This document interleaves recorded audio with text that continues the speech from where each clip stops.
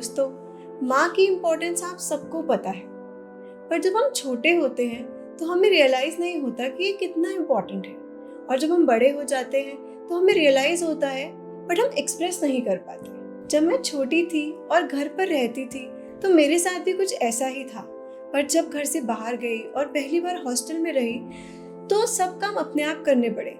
तो समझा कि खाने में, कपड़ों में, सोने में और इवन जगने में भी बहुत एफर्ट लगता है।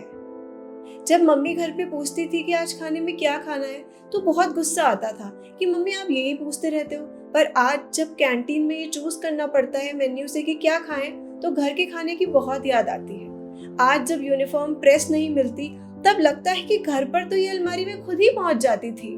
तब लगता था कि ये सब काम अगर मम्मी ही नहीं करेंगी तो और कौन करेगा। पर आज जब उस रोल में है, उस रोल में आई हूँ, तो उसकी वैल्यू पता पड़ती है।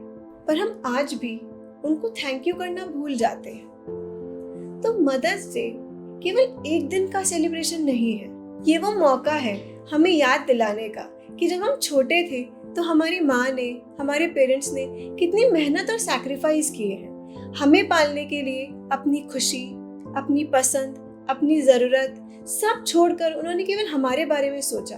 It's about giving happiness and respect to your parents in return to what they have done to you when you were small.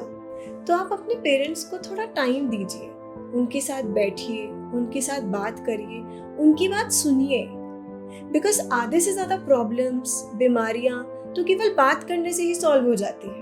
तो अब रिस्पॉन्सिबिलिटी केवल बच्चे की ही नहीं बनती है कि वो आँख बंद करके अपनी पेरेंट्स की सारी बात माने। एक परिवार में जब एक बच्चा जन्म लेता है तो केवल माँ ही नहीं, वो पूरे परिवार का हो जाता है। एक न जाने कितने रिश्ते जन्म लेते हैं। उसके साथ आती हैं बहुत सारी आशाएं, इच्छाएं और बहुत सारे सपने कि ये बड़ा होकर ये बनेगा, ये मेरे जैसा दिखता है, ये तेरे जैसे कुछ हरकतें करता है। हम उसको केवल अपने सपने पूरे करने की एक मशीन ना समझें। 5 साल तक उसको इमोशनल वेलबींग सिखाएं, 10 साल तक उसको मेंटल वेलबींग सिखाएं, 15-16 साल तक उसको थोड़ा कस के रखें, पर उसको इतना ना बांधें, उसको साथ साथ उड़ने दें। हर रिश्ते के साथ उसको कुछ ना कुछ नया सीखने दें। स्कूल से, पार्क से, वो हर जगह से बहुत कुछ चीज़ें सीखेगा।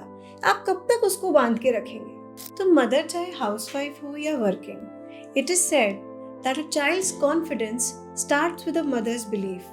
तो आप ये कॉन्फिडेंस रखिए कि आप जो कर रहे हैं वो दुनिया का सबसे इम्पॉर्टेंट काम है, और अपने बच्चे में विश्वास रखिए कि वो जो करेगा अच्छा करेगा। आप खुश रहेंगे तो वो खुश रहेगा। शादी के कितने टाइम बाद बच्चा कर लेना चाहिए? एक बच्चा बहुत है या 2 होने चाहिए? अरे इसकी तो 2 बेटियां हैं, एक बेटा और कर लेना चाहिए। इन सब सवालों का कोई स्टैंडर्ड आंसर नहीं होता। सबकी प्रायोरिटीज अलग हैं, सबकी स्ट्रगल्स अलग हैं, सबके लाइफ के अलग चैलेंजेस हैं। एंड मदरहुड और parenthood, mother to mother, parent to parent और फैमिली टू फैमिली बहुत वेरी करती है। तो हमें किसी को जज नहीं करना है। जब कोई 70 साल में या 80 साल में इस दुनिया से जाता है तो लोग कहते हैं कि ठीक है यार, उसने सब देख लिया था, उम्र हो गई थी, कोई बात नहीं, चला गया तो।